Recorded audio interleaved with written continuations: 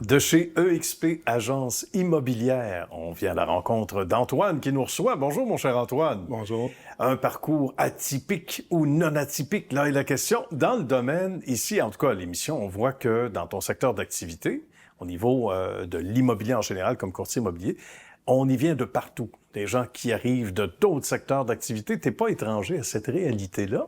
Toi, c'est le monde de l'aéronautique qui t'a d'abord séduit dans la vie, dans un jeune âge, dans une autre, un épisode près de chez vous.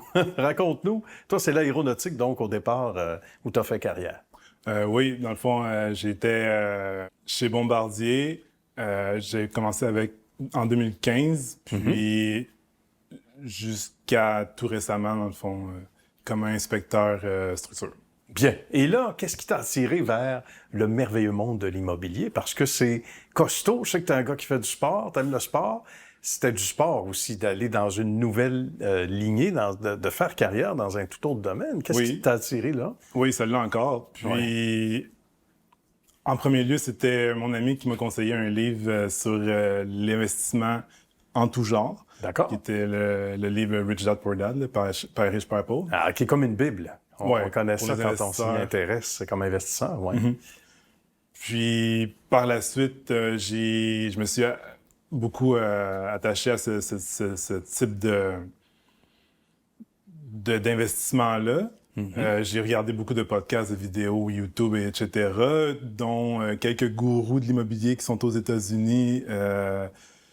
Puis ça m'a amené en premier lieu à ouvrir mon agence de gestion immobilière pour les chalets locatifs en premier lieu. C'est un bon départ, les chalets locatifs. Ouais. Et la réponse fut intéressante. Oui. T'as eu du succès déjà? Beaucoup d'apprentissage. Ah oui? Le succès vient après. Des fois en même temps, mais raconte-nous, qu'est-ce qui a été le plus grand défi? Ouais. Le plus grand défi, c'est de trouver les clients, dans le fond, les propriétaires de chalets qui veulent te léguer, dans le fond, la gestion de leur chalet, tout en ayant un revenu, bien sûr.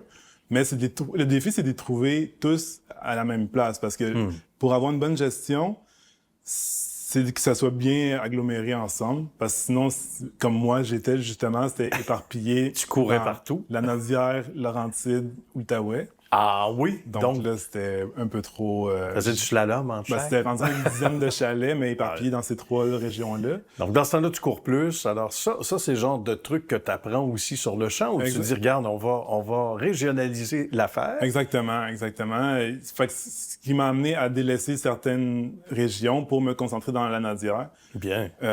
Jusqu'à ce que je délègue complètement la gestion des chalets que j'avais, sauf le chalet familial qu'on avait acheté. Pour le vendre par la suite, dans le fond, récemment, là, c'est printemps 2023 qu'on l'a vendu. Durant la gestion immobilière pour les chalets, j'étais pas courtier, j'étais seulement investisseur. Un investisseur, mais pas n'importe lequel. Là, raconte-nous ce qui nous amène ici. Parce que là, tu as bifurqué. Là, c'est vrai que c'est une histoire de succès. L'expression nous dit quelque chose. À quoi ressemblent tes journées types aujourd'hui et vers quoi tu t'es dirigé, non? Le courtage immobilier à temps plein. En ce moment, pour la période, je fais beaucoup de locations. Fait que j'aide les propriétaires à trouver des nouveaux locataires. Comme on sait, il y a une pénurie de logements disponibles. Donc, je suis beaucoup là-dedans parce que aussi, le fait que les taux d'intérêt ont grimpé, ça freine beaucoup de monde pour acheter. Ben voilà, on dit que les plus jeunes n'ont pas la chance, et ça ne changera pas demain matin, de pouvoir devenir propriétaire. Donc ça contribue, on dit le malheur des uns fait le bonheur des autres, mais quelque part, toi, c'est une carte que tu peux offrir, au moins du locatif, que ça répond à plusieurs besoins. Oui, exact. Mais encore là, le locatif a aussi pris de la valeur, donc les loyers ont augmenté. Mais monsieur, madame, tout le monde qui n'a pas nécessairement la mise de fonds pour acheter une maison, ben la plupart du temps, ils ont le budget mensuel pour le loyer. Tout à fait. Tu restes libre de tes propres aides, tu peux sortir quand tu veux. Un condo, tout le monde, la copropriété est là, justement. Le syndicat de copropriété est là pour s'occuper de la bâtisse. Toi, tu t'occupes de ta partie privative, mais après ça, tu sors. Exact. Chez vous, tu t'en vas où tu veux. Ah, tu peux partir où tu veux. Raconte-nous en moins d'une minute, quelques secondes. Je sais que c'est passionnant, on pourrait en jaser longtemps, toi et moi, mais la bannière, en fait, que tu représentes, vous êtes quand même des courtiers indépendants, mais tous unis derrière un même drapeau ou derrière une même bannière. Raconte-nous. Oui, ben dans le fond, c'est la bannière EXP qui est aussi, qui vient des États-Unis, mais ici, c'est EXP Québec. Puis ça regroupe, dans le fond, tous les courtiers EXP au Canada. Non, au Québec, désolé, pour la province de Québec. Puis c'est ça, dans le fond, on est tous copropriétaires de la bannière. Donc, le principe de EXP, c'est de venir éclater le principe, justement, de l'agence immobilière défranchisée aussi.